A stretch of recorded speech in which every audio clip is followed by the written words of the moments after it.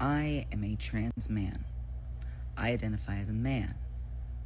I was assigned and lived my life as a woman, female, until I was 39. If I had not transitioned, I may not be walking around right now. And the reason is trans people, their brain chemistry is that of the gender they identify with. No, it isn't. I have a man's brain. No, you don't. Neurons firing like a man's does.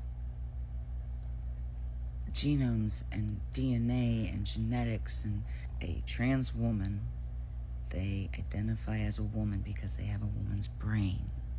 No, they don't. Trans men have men's brains. No, they don't. Neurons firing. Now, you also have people that are anywhere in between and outside. And yes, that is confusing. You guys spoke and I listened. I'm making all the bathrooms at my concerts not only gender neutral, but species neutral. I will be providing litter boxes in the bathrooms for all animal identifying concert goers on my tour. Now that's inclusivity in action. That certainly is, folks. That's inclusivity in action. Way to go. That's what you do. Hey, you know what you should have? You should have had some kennels over there. You should have had some horse stalls for people to identify as horses. I mean, you know what? You should have maybe a pigsty for people that identify as pigs. Amazing, folks. Absolutely amazing. And all of this is happening with this infectious idea that's taking over, of this idea of parents' rights, that parents have a right to know. They have a right to know if their child is going by a different name or using different pronouns in school. And the thing that keeps hitting me about this is that parents don't have rights, not parents' rights. Kids have rights. Individuals have rights. We have seen in our legal and justice systems that the decisions that parents make can be legally overridden by their children. Children who are old enough to understand a concept are old enough to provide their own independent consent to that. This lady doesn't know what the frick she's talking about. This is one of those, again, I pray to God that this lady has no children of her own. But she's literally saying that the court systems have ruled in the favor of under the age children, under the minors, under the age of 18, have ruled in the favor of children the majority of the time against their parents, against parents' rights. These people are absolutely, you know what? They're insane. They're delusional. It's amazing how stupid, idiotic, moronic, and retarded these people are. And if a kid knows what pronouns are, then frankly, they're able to consent to changing their own pronouns, and their parents do not need to be involved in that decision. Go back the way you came from, Abdul. London, mate. London. Of course. Fucking London. Anglo-Saxon English. Fuck the London. So fuck off back to where you came from.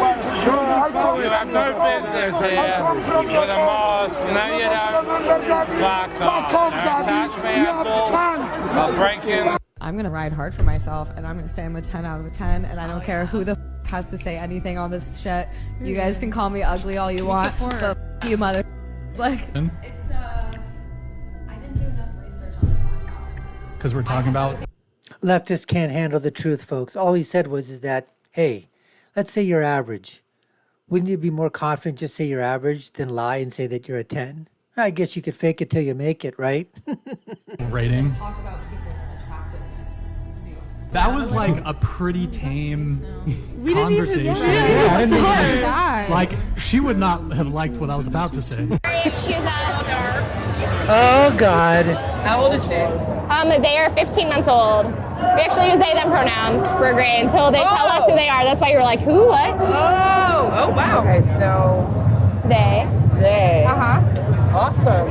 Well, enjoy the Pride Parade. Did you say thank you? Thank you. No, she didn't say thank you. Because she can't talk yet, probably.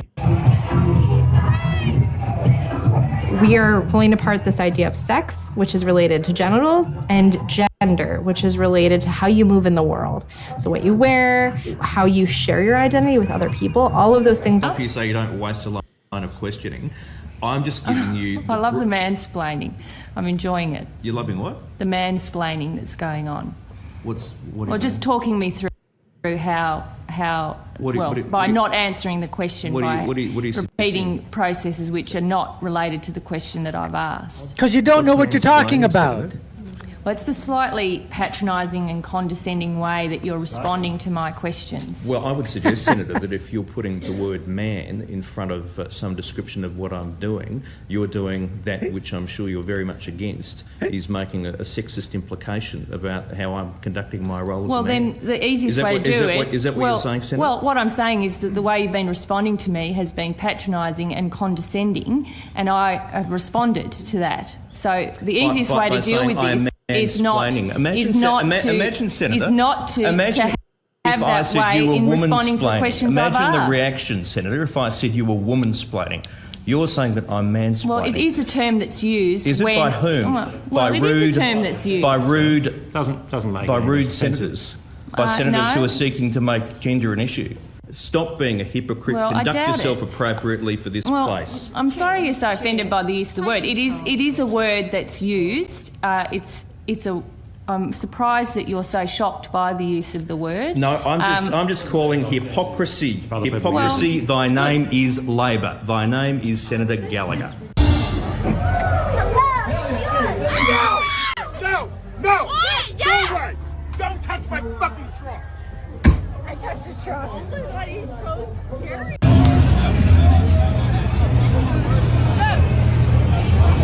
So, do you think that when you shake ass in the camera and stuff, like, men are gonna look at this and be like, you know, that's a girl who I want to make my wife? I don't give a fuck. I don't want these. Let me tell you something, baby. I was raised by my father. Fuck you niggas. I date one of you niggas and I keep two in the chamber. So at all times. Fuck you niggas. I don't give a fuck. I'm my wife. Do you not want to be a wife one day, though? Do you not want to be a wife one day, though? When I'm old, when you shake ass, I need to know your connotation of wife. Yeah. Because I'm a lot of niggas' wife. Okay. But I'm a lot of niggas' type. Do you have a ring? I got plenty of rings. Bitch, I forgot to put my other pinky ring on. I'm iced out. Let me put the light on that shit. That's speech 6. Zem, zirs, zemself. Chris. What are pronouns? Those are pronouns. Oh, God. Pronouns. You have 62. There are some people that were talking about reparations in this country. They wanted reparations. And I remember I made this particular liberal so angry at me because I told them right to their face, nobody owes you anything for slavery. If you want to tell the truth about it, it is you who owes. It's you who owes. Why do you owe? Because somebody in those fields took stripes for you. Somebody after those fields were ended and slavery was ended, somebody had to walk through Jim Crow for you. Somebody fought wars and died for you. Somebody lived less than because they didn't have what you have, and they did it for you. There are people in their graves right now, and they are there because they were willing to stand up and fight for you. Those folks on the Edmund Pettus Bridge, carrying American flags, take that, Colin Kaepernick, living in a society that he could scarcely acknowledge, something that he has never known, living with a bigotry that none of us can imagine, carrying American flags on that bridge. And when they were hit upside the head with nightsticks and shot with water hoses and knocked to the ground, they got up and picked those flags up and kept marching. And they did it for you. Nobody owes you anything. If anybody owes, it's you, because you've been the benefactor of freedom. You are the one that owes. And what do you owe? You owe it to them to get up off your tail and get to school. And when you get to school, you owe it to them to get up off your tail at school. And Man, this is an unbelievable speech by Mark Robinson, who is currently the lieutenant governor of the state of North Carolina and is running for governor for the state of North Carolina in this year's elections. And he just made an absolutely powerful, powerful speech.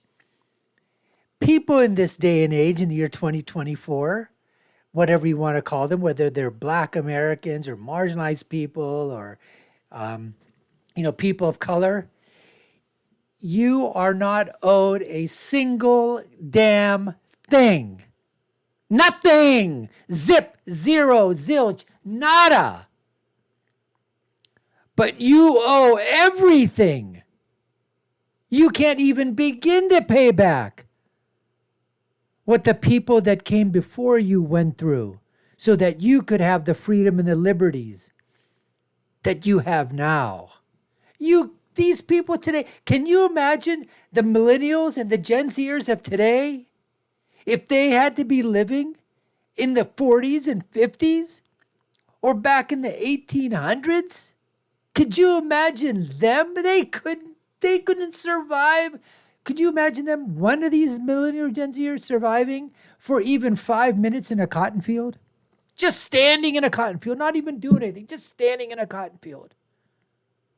Couldn't do it, folks. Couldn't do it. Amazing speech. Amazing speech. Mark Robinson owned those people. And he was speaking at the GOP convention. But he was triggering to a bunch of leftists, a bunch of liberals, a bunch of Democrats. Good for him. Good for him. Anyways, folks, we appreciate you taking the time to watch. You've been watching the Dr. Nasser Shake Show. I've been your host. My name is Dr. Nasser. If you haven't done so already, subscribe to our channel, like, share, and follow. You all know what to do. Take a look at our video links above and below. My final thought is always, when you're right, you're right. And when you're left, you're wrong. Until next time, folks, take care and stay safe.